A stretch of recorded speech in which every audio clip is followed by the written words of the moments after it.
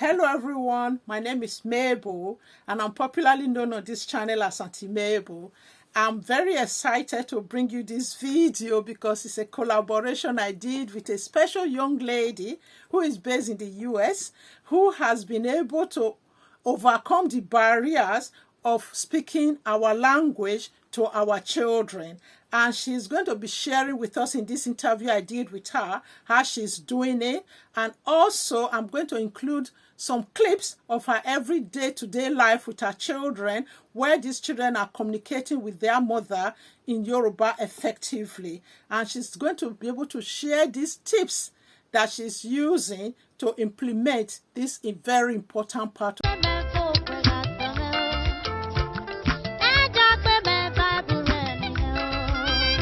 have a young lady from US and on our channel today. I'm so excited to have her on our channel. As you know, my channel is all about language. So I'm not going to speak too much about this young lady. She's someone I'm so proud of. I came across her on a YouTube channel. So I'll let her introduce herself. Thank you, Auntie Mabel. My name is Rashida Jones. I am a mom, I am Nigerian, I am Yoruba, and I speak Yoruba language very proudly. I live in the US, and I do have a YouTube channel where I feature my children in the diaspora in the US speaking the Yoruba language. The channel is Diaspora Speaks Yoruba, if you want to check it out. I want to thank you for inviting me to have this discussion with you today. I really feel honored. I feel honored as well, and I'm so proud of you. I can't say it enough. At the end of this interview, I'm going to put Rashida's link to her YouTube channel so that every one of you should go and check it out. It's not just whether you speak Yoruba or not, but you will really be amazed what you find on Rashida's channel. You know, when I actually came across your channel, I was so captivated. And what surprised me is the fact that you don't get a lot of diaspora or people who live outside Nigeria. Even those who live in Nigeria these days, they don't even speak neither Yoruba or any of the major languages or even the minority languages like my one to their children. If you don't mind, just tell us a little bit about the ages of your children and what motivated you to start speaking to them. Okay, so my children are 9 and 2, a boy and a girl. And what motivated me? I don't know. I've always been one who never follows what everybody else is doing. When I believe in something, I follow it. So I started speaking Yoruba to my children because it is part of who I am. And there's nothing, I mean, the joy in our languages is incomparable. You cannot compare our languages to any other. By our, I mean the native tongues of Africans. Our languages are sweet, they are melodic, they're beautiful. And why not share that with my children? And so I started speaking with them because I wanted to continue what my ancestors have given me and pass that to my children so that they are proud of who they are and they know who they are and they can relate to me as a person. You know, one thing, I feel the people of my generation who are now, who have adult children or teenage children or who didn't really speak to their children, and some of the adult children can actually speak their languages, especially the Yorubas and the Igbos, who are the majority. So, and I know people have a lot of excuses, but for you, if you don't mind telling us, because what actually fascinates me so much about your family is the fact that your husband is not actually Yoruba. And yet you are able to overcome that hurdle, because many of us give excuses, especially people of my generation. We always give the excuses is we are all Nigerians. The excuse we always give is, oh, my husband is from a different part of Nigeria. My husband and myself don't speak the same Nigerian language. That is the reason we don't speak to the children. But for you, that hasn't been a hurdle, and you've been able to navigate around that. Can you tell us how you do it, please? Okay, so yes, it is true. My husband is not from Nigeria at all. He's far away from Nigeria. He is from the US. And I have been away from Nigeria for decades, you know, and being away from Nigeria actually made me realize that my identity is so important, you know. So I started a journey to find myself, you know, starting from the hair on my head, where I stopped adding or putting relaxer or hair straightener in my hair, to, you know, once I started to have children, deciding that what is wrong, you know, what is wrong with letting them know this part of me. And also, I developed issues with seeing our people denying their identity. I've been in the US for so long that I've run into so many people where it could be at work or anywhere. When I ask them, are you Nigerian? When I know that they're Nigerian, they say, no, no, I'm not Nigerian. And, you know, eventually, they don't know that I'm one of them, but just because I don't sound when I'm speaking English, because I don't have an accent or a Nigerian accent, does not mean that I do not speak the language that my parents gave to me as a gift, this beautiful language called Yoruba. So for me, how did I get started speaking to my children? I think that's the question, because I can digress really easily. But it's been easy. It's been possible because of the will within. Okay, because I said that there's nothing wrong with it. There's nothing wrong with everything that we are as people. For many years, we have been, I mean, we were enslaved as a people. We have put aside and put away everything that belongs to us, right? But we can be very well spoken in English. We can be have any profession that we desire. We can do whatever we want, but there's nothing like being you, you know, the true identity that's within you, representing your ancestors, comes when you speak your language. Okay. And my children can go anywhere and speak to anyone they want to speak to. And, you know, they don't even look, you know, a lot of people don't know they even speak the language. And then they can tell what's being talked about when Yoruba has been spoken around them. And when they open their mouth, people are surprised. So it's been easy for us to do. It's not, well, I won't say it's been easy, because the majority of our environment speaks what? English. So even in my house, we have now how many people, more people speaking English than Yoruba, right? So it's been a challenge. It's been difficult. But because my children know. So at the age of 2, I had a conversation with my daughter. I told her that by 2, I said, you have to speak this language to me. It's very important to me.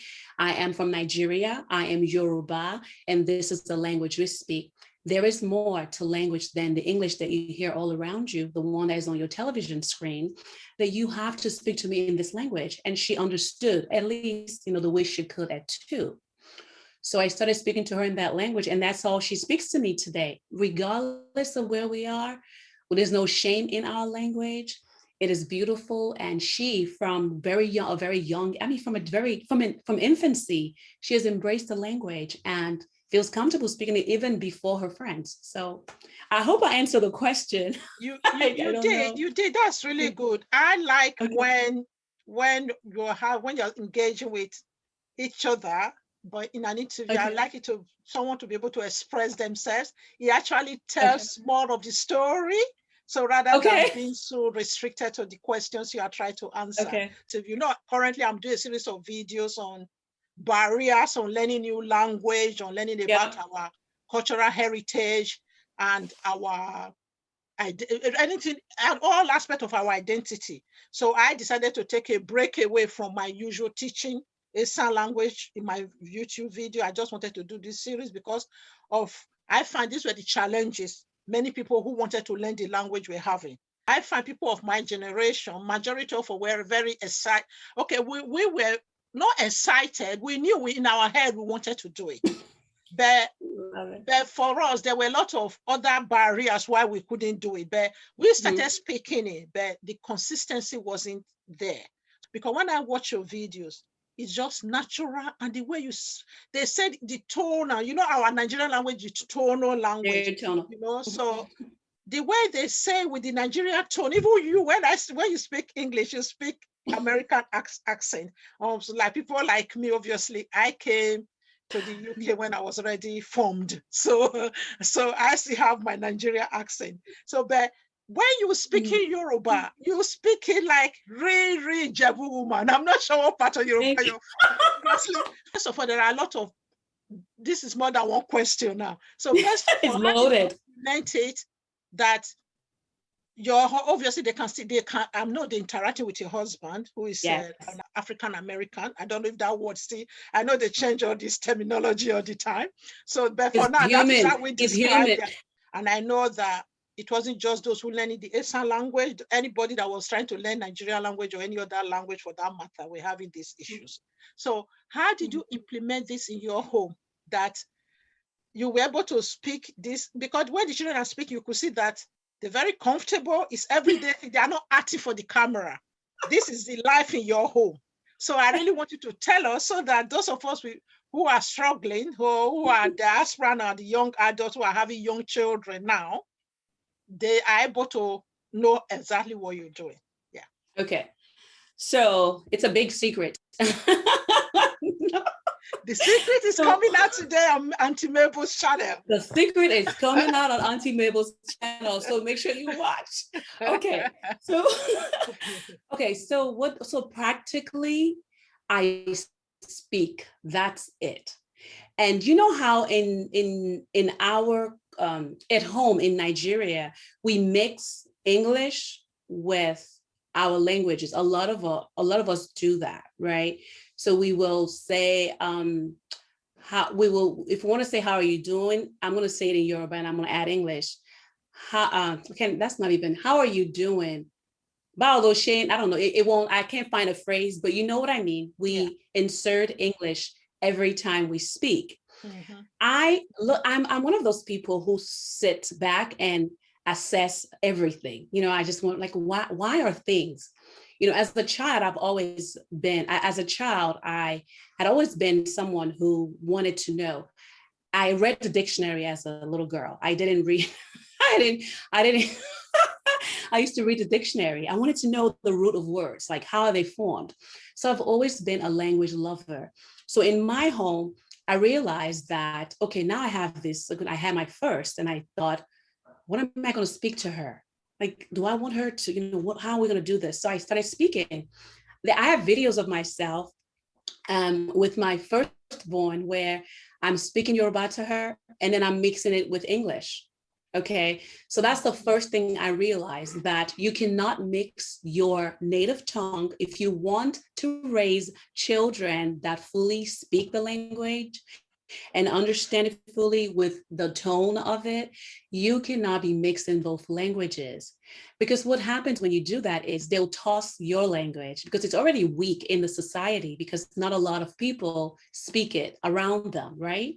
So you start mixing it, before you know it, you get lazy too. So, and you start leaving it. And then when life takes hold, you have to go to work, you're too busy. Like you said, somehow it falls off, and there goes the learning of that language. The children forget it, and you yourself are not too mindful. And then years later, we realize, oh my gosh, I tried, but it didn't work. So what I do, and what I started to do from their infancy, is I eliminated the mixture part, where I spoke fluent Yoruba to them, and I still do today. If I come across a word that I do not know, I will try to figure it out. If I can't, I'll just make a phone call and ask my daddy. I'm like, Daddy, what is this? Like, can you tell me, is this? And he'll tell me. So I thank him for that. And sometimes, so I have an aunt who is a linguist. Okay, she specializes in Yoruba. She teaches she's Yoruba. She is all about the culture, the traditions, and I've never called her to ask her questions, but she is to me my backbone. She inspires me to want to do this some more and make sure that I don't mix my languages when talking to my children. So what do? I do not mix English or any other language in the Yoruba that I speak to my children. I laid out the rule that this is the language that we will be speaking, and that this is all you can speak to me. If they violate it, where they get carried away or they're testing me, I wouldn't answer them. I'll say, I'm sorry, this is it. This is not a joke. It's very important to me. I explain it in the way they can understand at whatever the age is, as they progress through this, through this world and their age. I'll explain it in the way that they can best understand. So that's the second thing I do. First thing, I don't mix the languages. Second, I have my rule. You cannot speak any other language to me. Thirdly, I, as the teacher and the parent, I don't mix it, and I am relentless. I do not speak English to them at all. At all. It's only Yoruba. And I'm going to feature, I'm hoping I can show, and I mentioned before we started talking that I'm trying to capture the way it really is in the house, that this is the language they speak to me always. My husband does not speak Yoruba at all. In our room, if we're all in the same room and the children are, we're interacting with the children, they will speak English to him and then Yoruba to me. When my daughter was about 2, 1.5, 2 to like 2.5, she really believed that I didn't understand English. she will translate. She'll speak to my husband and say, "Oh," and then I'll ask her, because every time she spoke, to challenge her, I would ask, "What did you just say?" in Yoruba to her. And she would say, "Oh, mommy, I da da da da da." And there were times where she would say things to him and would change it when she spoke to me, because she didn't want me to know, when she didn't realize that I could understand her at 2.5 or so. So, so the rule is set. I don't speak your English to them at all. I don't care where we are. I don't care what people are thinking I'm talking about them. What I do when I'm amongst others is I say to them that, oh, we speak Yoruba only, so that the children can continue to understand it. Yeah. And we're not talking about you. We're just, talking so that they can, this is the language we speak and this is all we are going to speak. We have been around friends, her friends, when she's on play date, my daughter that is, and they know we don't speak any other language. When we are speaking, when she's talking to me, she will, and she's comfortable with it, she will speak to me in Yoruba and go off and play. And I'll tell them what just transpired. And everybody's okay with it, So that's why it works. My husband also is very supportive. And he's trying to learn, he knows some words here and there.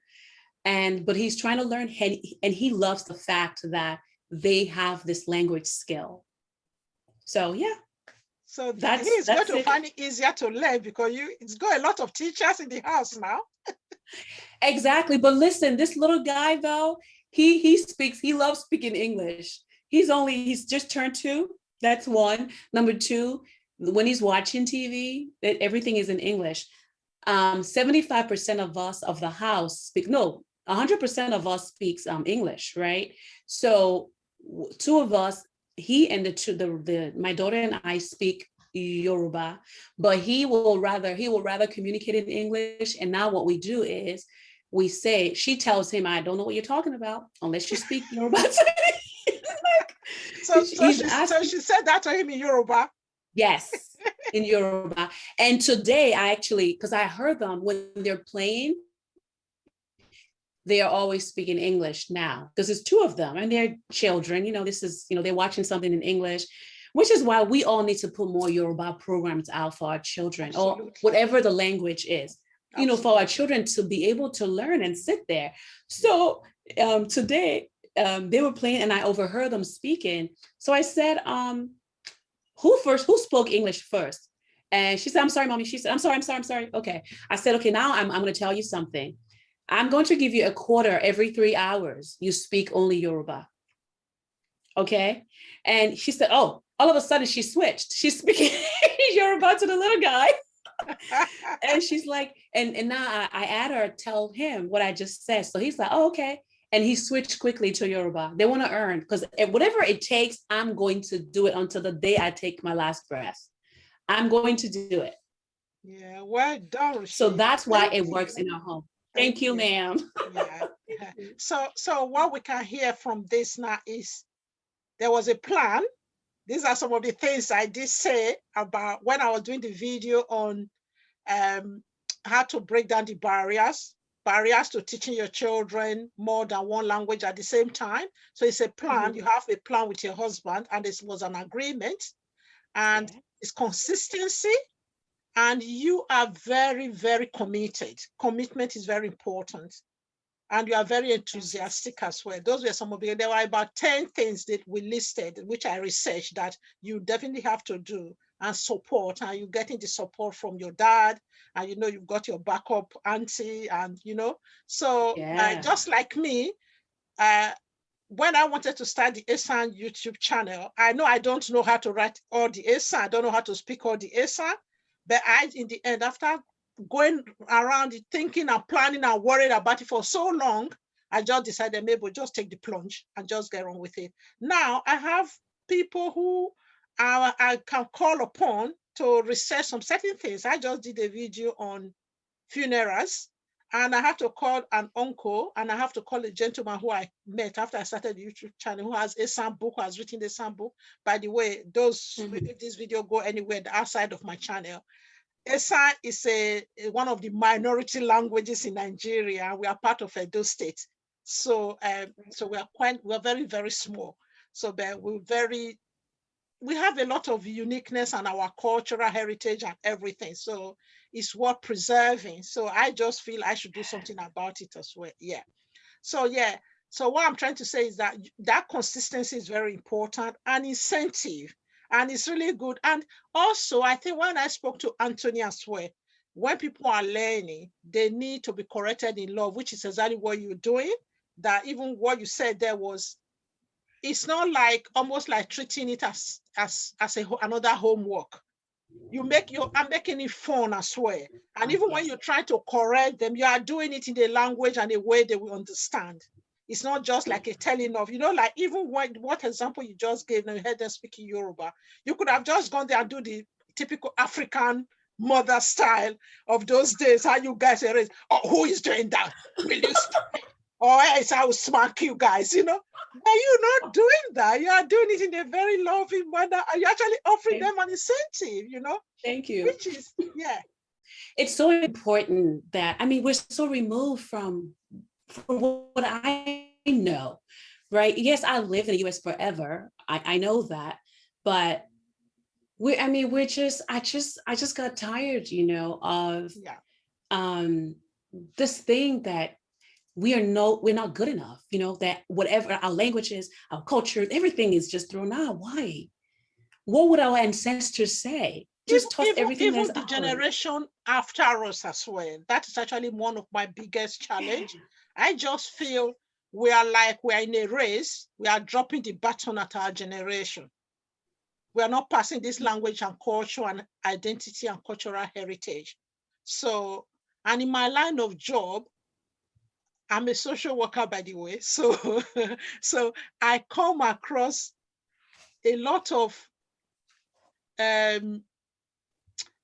young people who have identity crisis, and especially among our Black and Caribbean background. And I think it's hard time we stop. I'm not saying, and this is not political correctness kind of channel. I'm not saying the slavery and all the ills and the colonialism hasn't impacted on us, but I just feel that's happened. It is in the past. I know we still have the trauma, but we can't continue to dwell on that. We are here now. What can we do ourselves to make things better? Because we can't rewrite the past. So there's no point dwelling on it. We now have awareness. We now have the knowledge. Some of us were naive in our time. And this is why people like you, I just want to put you up there, the microphone, and just scream to the whole world and tell them, look, she's doing it. We can do it. Even if it's just a couple of hundreds of people that decide, I don't know how far this video will go, that decide to make a change and start doing something. I think it's worth the time and the effort. Right. What other challenges do you think you have experienced in trying to, like, for instance, those people who are not doing it around you? Obviously, I'm sure you have siblings, you have friends who are Yoruba or who are from other parts of Nigeria. We are everywhere now. So what do you, even if it's not this challenge you have experienced, it could be the one you have experienced or you're still experiencing. I know you've kind of mentioned a few of them when we're talking, but I think it's good to really highlight these challenges so that people who are in the same position, we know how to overcome them. Okay. So yeah, that's a very good question. So one of the challenges, it's a persistent challenge. It is that I'm the only one, right, speaking the language to them. My parents, I have to remind them every time that, hey, don't speak English, speak Yoruba to them. So I'm the only one who is speaking Yoruba to them. I don't have anyone close to me, physical proximity wise. No one is close and interacts with them in Yoruba at all. I'm the only one. Yes, they can have a phone conversation here and there. The first language those people will speak to them is English if they get on the phone, unless I object, So that's the challenge, that I'm a lone ranger who is teaching who is interacting with them in this language. The other one is that is what I just said, where they are inundated with English all day, everywhere. Okay, so they don't have others to interact with, right? They just have themselves. And you mentioned my siblings. Yeah, I have siblings who are actually waiting for me to help, to help them, and are learning from my children. And they are when they hear them, they think it's just beautiful. And I want to go back to something. I think everyone who wants to do this has to start with him or herself. Everyone has to start with themselves. So the first thing is, some of us understand the language. I remember when I came to the US, I didn't speak Yoruba at all. I don't even know Pidgin. Today I understand Pidgin, but it's not fluent.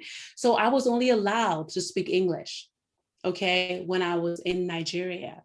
And then I moved to the US, and then I remember my father saying that we need to speak Yoruba, because I remember he called one day and he was like, don't speak English, speak Yoruba. Don't speak English to me. And I'm like, Daddy, but you in Nigeria, don't speak English. Okay. So I spoke English to my dad whenever he called. But then it was not until my sister and I decided, we were at work and we wanted to be able to talk privately. We decided, I think that's when my Yoruba started to get really, started its journey, its transition to this better Yoruba that I'm speaking now. Where if you don't speak a language, you're going to somehow be, it won't sound as smooth, or you might forget it, because you're not using that muscle of speech for that language. So you might forget it. So my sister and I decided to speak Yoruba to each other at work all day. Every time we conversed, it was in Yoruba. And today she'll call me sometimes and say, what does that word mean? And I'll tell her. And, she is one of my biggest supporters, and she admires this, and she's waiting.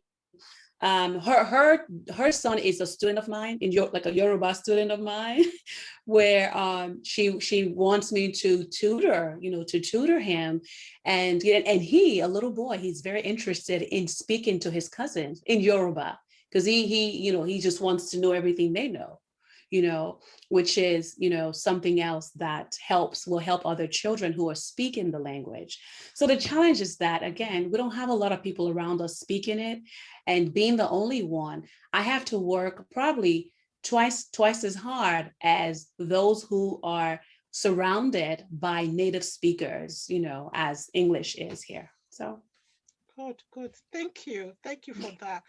And I think what I will say here, those of us who already have adult children or who are grandparents right now, this is where we really need to make effort. It's never too late, because what I always tell people, we Nigerians, we feel, I said it in that my video as well, where one of the barriers in, okay, if you have to teach children multiple languages, and the barriers you're likely to experience and you're likely to encounter and how to overcome them.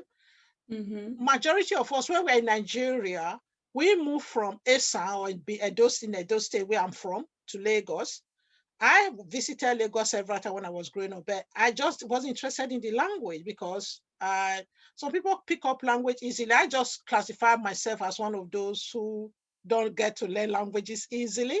So, but I find people even like myself, if I have ended up in France or Germany or Italy or Spain, I will learn those languages, because when a Nigerian go to you, could be in your 60s or 70s or have whatever age you are, male or female, you go to any of those countries in Europe or even in France, you've got to learn that language. Some people will actually learn the language and then went to go and study, then go to uni with that same language and expected to pass the exam.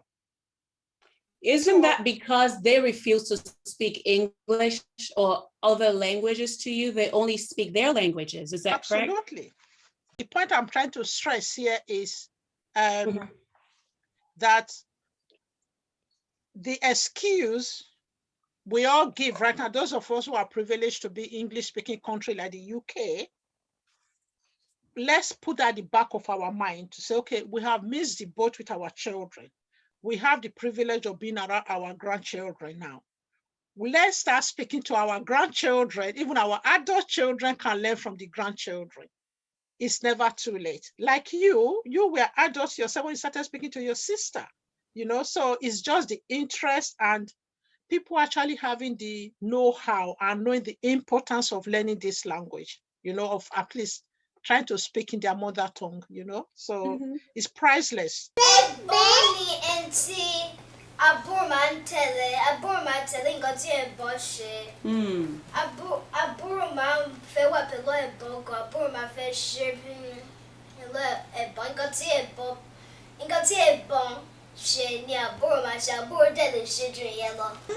Tani Onífẹ́ ẹ̀gbọ́n ẹ. Onífẹ́. Ṣé o máa ń ṣeré pẹ̀lú Nora? Ẹ máa ń ṣeré? Ṣé wàá fa ẹ̀gbọ́n ẹ mọ́ra fún mi? Jọ̀ọ́ lọ fa Nora mọ́ra.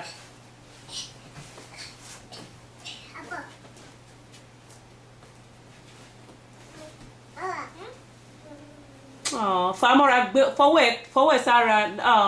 Olúwa ṣeun. Ṣé ẹ ti jẹun?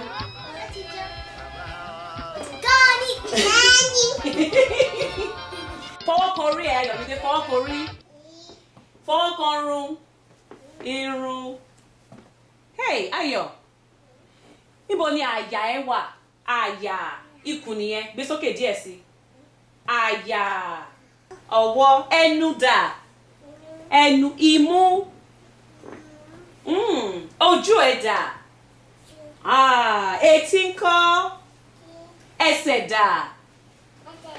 Ọmọdún kan lè Ayọ̀mídé máa pẹ́ ọmọdún méjì ṣùgbọ́n mọ ọ̀rọ̀ púpọ̀ ní Yorùbá. Wọ́n bí ara mi jẹ́ kẹ́kọ̀ọ́ mọ̀ wá lédè ilé wa. Kí ló sọ nísìn? Jẹ́ kẹ́kọ̀ọ́ mọ̀ wá lédè ilé wa. Kí ló tún sọ̀rọ̀ sókè? Onífẹ́ dinosaur? Okay, mo fẹ́ béèrè nǹkan kan lọ́wọ́ ẹ. Mo dẹ̀ fẹ́ kó o dá mi lóhùn, má dẹ̀ fi ṣeré o torí mo fẹ́ mọ̀ bóyá o mọ̀. Mo fẹ́ kó o wojú mi. Wojú mi, o ṣé. Jọ̀wọ́, ṣé o mọ àwọ̀ ìbọsẹ̀ ẹ? Kí làwọ̀ ẹ̀? Ẹ̀gbọ́n mi ó lọ sí ìsàlẹ̀. Ẹ̀gbọ́n ẹ lọ sísàlẹ̀? Bẹ́ẹ̀ni. Kí ni àwọ̀ ìbọsẹ̀ ẹ? Àwọn ewu. Ṣé wàá sọ lẹ́ǹkan sí? Àwọn ìbọsẹ̀ mi ó yẹ àwọn ewu. O ṣé o. Pẹ̀lẹ́. Ó dàbọ̀, a máa sọ̀rọ̀ tó bá yá láìpẹ́. Ó dàbọ̀. Wow. I hope you have enjoyed this part one of my conversation with Rashida. As I didn't want this video to be too long, and you can see she's got so much worth of experience to share with us, I decided to split this video in 2 parts. So I can assure you, you're going to enjoy the part 2 as much as this part 1.